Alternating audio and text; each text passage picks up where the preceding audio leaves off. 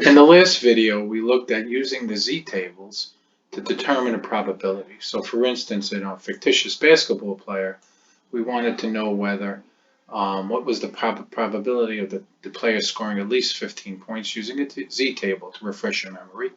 And we found out that there was an 89% probability of that happening. Then we also wanted to see what's the probability of that player scoring at least 2 points, if scoring 2 points or more. And we found that it would be 11% probability that they would score less than 2 points by using the z-tables. And of course, the reverse would be 89% of them scoring 2 points or more. So you see how you could use the z-table and the standard, normal standard distribution to come up with a probability. But I wanted to just show you another twist on the z-table. What if we know the standard deviation, but we want to determine, what if we know the probability, but we want to determine the standard deviation for testing purposes? So perhaps you were doing a pharmaceutical study where in order for it to be effective, you would have to be so many standard deviations from the mean. So for instance, or even if you were a prosecutor prosecuting a murder trial, you'd want to know that within 99% probability that that your evidence was conclusive. So you're going to reverse the process. Instead of knowing the standard deviation and backing into the probability, what happens if we want to determine the probability but now have to find the standard deviation? Well, again, using the z-table, and of course you could use there's an Excel function which is called INV, which I won't get into right now. You could do this on Excel. It's an INV function. It comes right under the statistical analysis. But let's use the z-table for more illustration. So if I want 99% probability, then I would have to go and let's assume that I want to be here on 99%, on a one tail.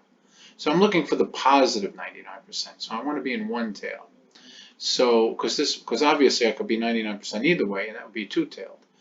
Okay, that would be two-tailed. But now I want the one tail. I just want to see if I'm 99% probable on this one tail, on the positive side. So I would go down to 99%, and I'd search for it here on the z-table. And of course you could find these with a calculator these days. And it's somewhere over here, obviously. It's somewhere over here. So all I'd have to do now is go to plus 2.3 and pan up, and it would be plus 2.32. So there's my answer. If I'm 2.32 standard if my evidence is over 2.32 standard deviations from the mean, well then I have 99% confidence in that. What happens in most statistical cases, we're using a 5% confidence interval. In most statistical cases, we're using a 5% confidence interval.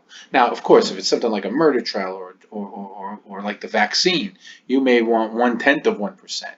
In other words, you want your data to be so unique that it falls within 1/10 of 1% of the probability of it happening.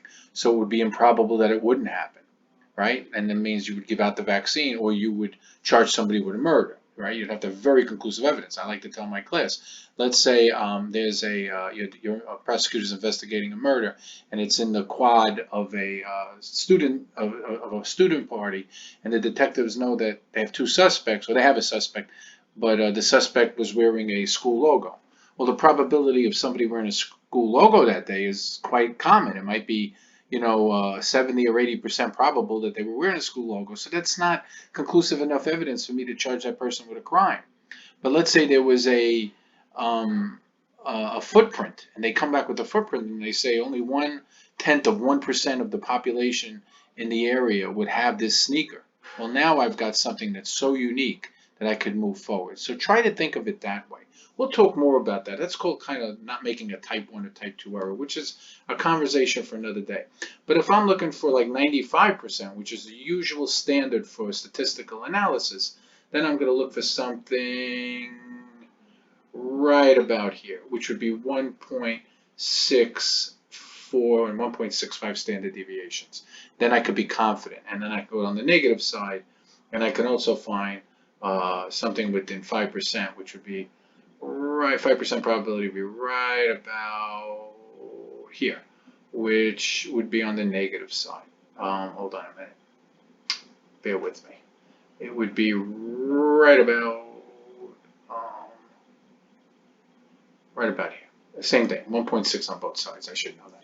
So that's 1.6 standard deviations is 6.5 standard deviations is the usual test for most statistical analysis. But remember this. If I'm 95% certain that my evidence is conclusive, that means 1 out of 20 times I'm going to be wrong. That's why with a vaccine, you want to be within 1/10 of 1%. So if you are wrong, it's within like 1 of 1,000, not 1, or maybe even more. Maybe you want to be 1/100th of 1%, so people don't fall ill. Or in the case of my prosecutor, you don't charge somebody with a murder that didn't commit the murder, which is horrible. It's bad enough not to catch the person. It's much worse to incarcerate somebody who doesn't belong there. So that's how you do it if you want to use the Z tables to reverse and find the standard deviation. You just locate and then find it. And also, I gave you a little preview in terms of confidence intervals. So confidence intervals are how confident do we want to be in our data that we feel it's conclusive? How unique is the data that it's conclusive? Thank you.